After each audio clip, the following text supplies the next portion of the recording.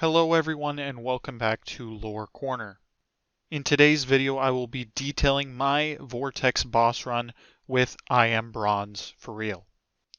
After this run we managed to get 3rd place on the overall 2-player normal boss run leaderboards, and we were eventually knocked down to 4th place, but without further ado, let's get right into the boss fight strategy.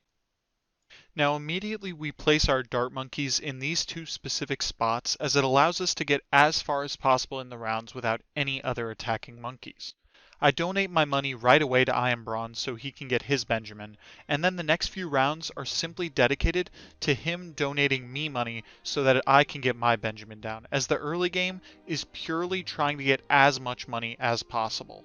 Now, shortly after I have enough money to place my Benjamin, so we go ahead and do that. And then, like I said, our early goal is to make as much money as possible. So simply, I donate money until we can afford our first banana farm. So here in round 6, we can finally afford our first banana farm, so we go ahead and place that down. And all of this is pre-planned in advance because we need to farm very specifically to make as much money as possible, starting in the early game because it snowballs so heavily into the late game. Now here we're going to have to get a monkey sub simply because our dart monkeys can't handle the balloon rounds anymore, but then we will go straight back to farming, and I will actually go ahead and get my own farm here, but this farm is very temporary as you'll soon see. Now we upgrade the banks to 220 and 202 respectively so that I can immediately turn around and sell my monkey farm to get more money and donate it so that we can get a monkey bank. Now, as we continued our farming, we actually managed to leak our first time. So at this point, I should probably explain to you what a boss fight truly is, and even if you know what this is, trust me, you'll want to stick around. So essentially a boss fight is a normal round of Bloons, except we introduce a boss, in this case, Mr. Vortex. Now the boss will spawn in 5 different times throughout the game, each time spawning in with more health. Now his first appearance is in round 40 and then every 20 rounds after that, going up to round 120. Now that's all that there is to it to a normal boss fight, but this is a ranked run which introduces a new element, time.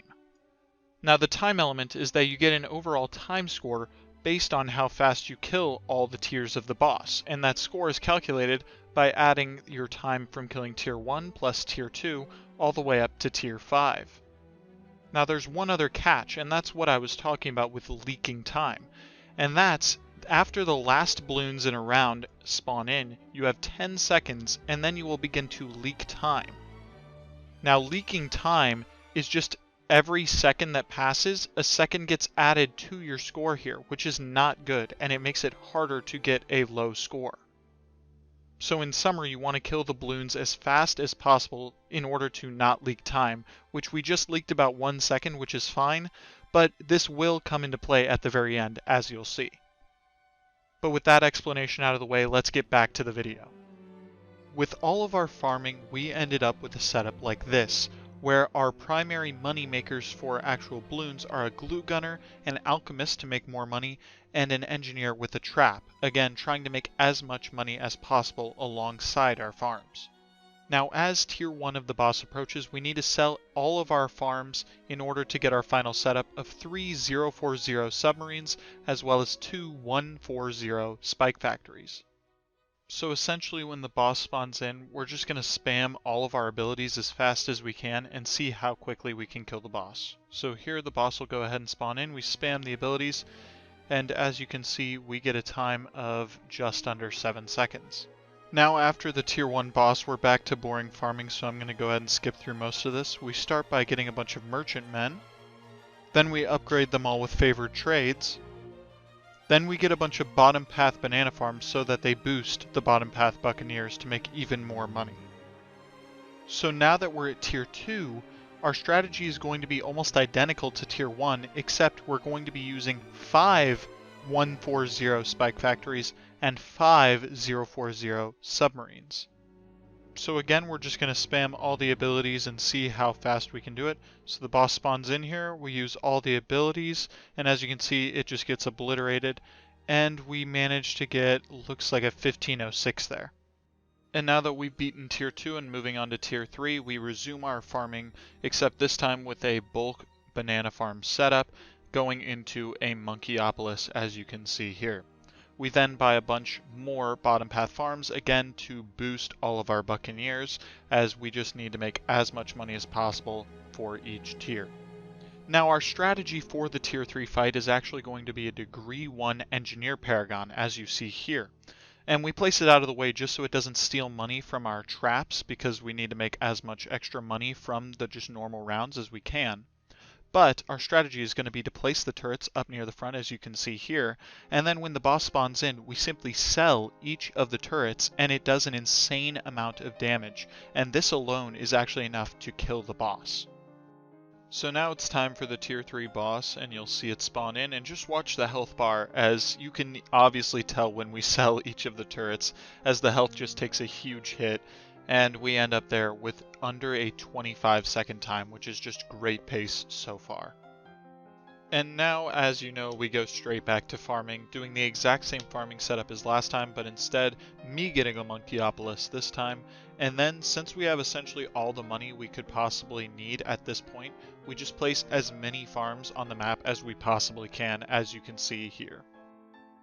For the Tier 4 boss fight, our strategy is the exact same as Tier 3, so we get another Engineer Paragon, but this time we need it to be at least Degree 40 so that it can do enough damage to the boss to actually kill it. But like I said, the strategy is the exact same, so as the boss spawns in, all we do is again just sell the turrets so they explode, and as you can see, it again does massive damage, and our overall time is just below 33 seconds, as you can see there. Since Tier 5 is going to be the last round of the boss that we actually have to fight, we can go all in and just simply get as many Paragons as we possibly can to do as much damage as possible to kill the boss as quickly as possible. So we go ahead and start by getting a Sub Paragon, followed by a Plain Paragon, and finally a Buccaneer Paragon. So finally it's time for the final tier, the boss, and we'll see how this goes. The health goes down pretty quick from the sub ability, but then slows down quite a bit. Honestly, not as fast as I would have liked, and probably could have been a lot faster, more optimized if we did it again, but still going down pretty quick. Hopefully it can go down here, and there we go.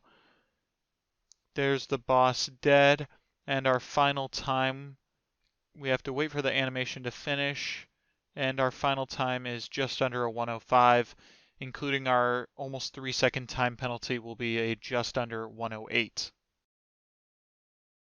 And when we check the leaderboard, that puts us square in 3rd place overall. Like I said, this did eventually get knocked down to 4th place, but I'm still happy overall, and it was a great boss fight experience.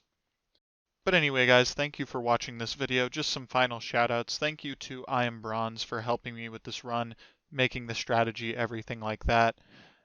Also make sure to check out my live streams, as I've been streaming pretty often, and this run was actually done during a stream, so make sure you don't miss the next one. Additionally, there were more strategies that I didn't cover in this video simply because I didn't want it to be too long. I did have over 3 hours of footage boiled down into this video, so if you want to see a less edited version, that will be linked in the description.